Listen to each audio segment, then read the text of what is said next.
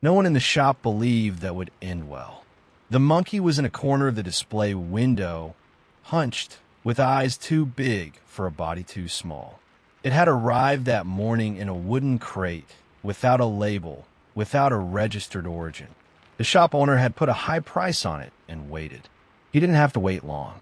Theo and Rian walked in with no intention of buying anything. They were two friends in their early 20s, living together in a small apartment in Amsterdam, living that slightly chaotic way of people who still don't know exactly what they want from life. Theo worked at a design studio. Rian taught English to children. Neither of them had the slightest preparation for what was about to happen. It was Rian who stopped first in front of the display window. The monkey, a capuchin monkey, they later discovered, didn't jump, didn't scream, didn't do anything you would expect from a wild animal on display. It just looked straight into Rian's eyes, for too long to be a coincidence and too short to be comforting. Theo had to pull Rian by the arm twice before he moved. They came back the next day, and the next. On the fourth visit, Rian walked in with his card in hand. They named the monkey Bio. For no specific reason, the name simply felt right. In the first days, Bio stayed hidden behind the sofa, eating mashed banana with the tips of his fingers, watching the apartment as if he were mapping every possible exit. Theo found it amusing. Rian felt worried without quite knowing why. What neither of them understood yet was the following. Bio was not a pet. He never had been. And the more time passed inside that apartment, the more that truth became impossible to ignore. The first bite happened in the third week. It wasn't aggression. It was desperation. And that was when Theo and Rian realized they had made a promise without knowing it.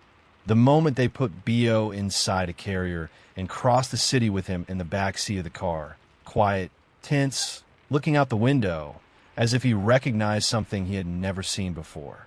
If you're enjoying this story, subscribe to the channel, like the video, and tell us in the comments what you thought and which city or country you're watching from.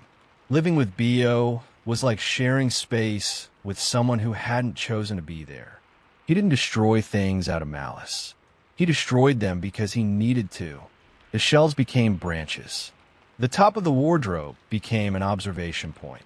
The kitchen window stayed open 1 centimeter less than what he would need to get out, and Theo checked that every morning with a guilt he himself didn't know how to name. Rian tried to turn it into a routine.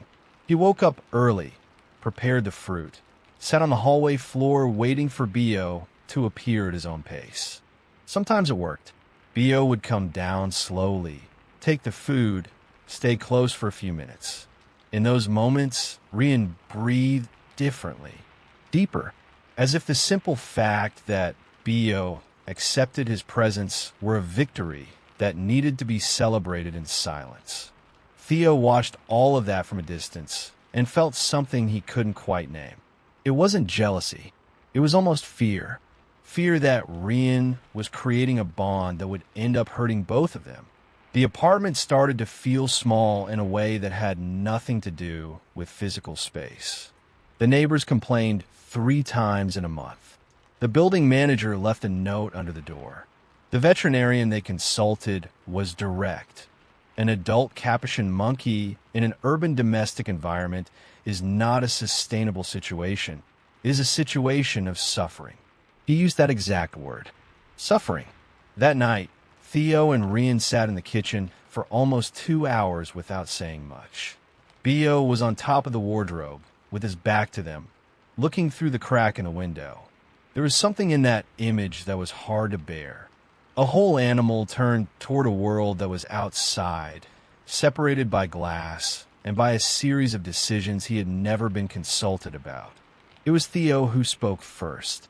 He said it couldn't go on anymore. Not in the cruel way the sentence might sound, but in the honest, heavy way, the kind of truth you avoid saying, because you know that once it's said, it changes everything. Rian didn't answer immediately. He kept looking at Bio up there.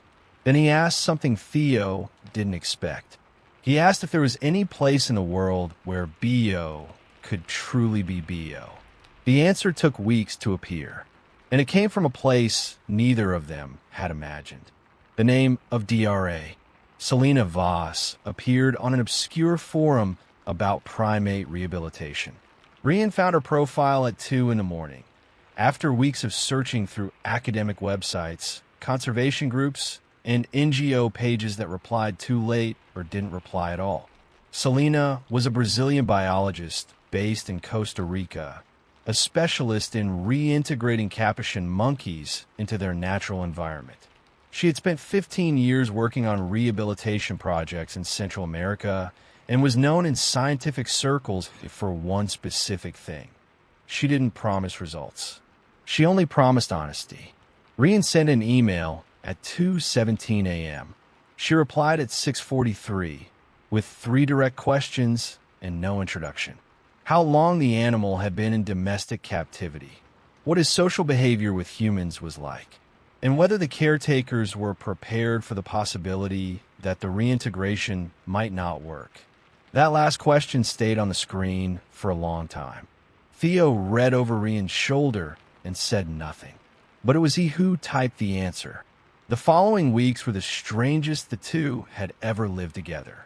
They continued taking care of Bo, but with a different awareness now. Every moment carried a new weight. Rian started filming, not for social media, but because he felt he needed to keep something. Theo stopped complaining about the chaos in the apartment and started sitting on the floor too, the way Rian always did. Bo noticed the change. Animals notice. He became quieter, more observant. One afternoon, for no apparent reason, he climbed down from the wardrobe, crossed the living room slowly, and stopped less than half a meter from Theo. He didn't ask for food. He didn't make any noise. He just stayed there for a few seconds and then left. Theo had to step out into the hallway after that. Celina flew to Amsterdam in March. She spent 2 days observing Bo without intervening, writing everything down in silence.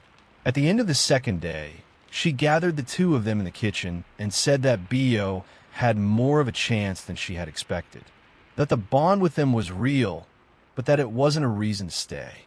It was, in fact, the main reason to leave. The trip was scheduled for 6 weeks later, and it was in that interval that something happened that none of the 3 had foreseen in any plan. In the last week before the trip, Bo disappeared inside the apartment. He hadn't left. All the windows were closed. The door had never been opened without supervision. But he simply wasn't anywhere visible. Theo searched every room twice. Rian stood in the middle of the living room, calling his name softly, with that voice people use when they're afraid of confirming the worst. Celina was the one who found him. He was in an impossible space between the wall and the refrigerator, curled up, breathing fast. He wasn't hurt. He was afraid. She stayed crouched nearby for 40 minutes without trying to touch him. Just present, just breathing along with him. When Bo finally came out, it was toward Rian. Celina said afterward, with the scientific objectivity that was characteristic of her, that behavior indicated Bo could feel the change coming. That animals with a history of displacement carry a physical memory of abandonment. And that what he had done, going toward Rian in that moment, wasn't a search for food or immediate comfort. It was a goodbye.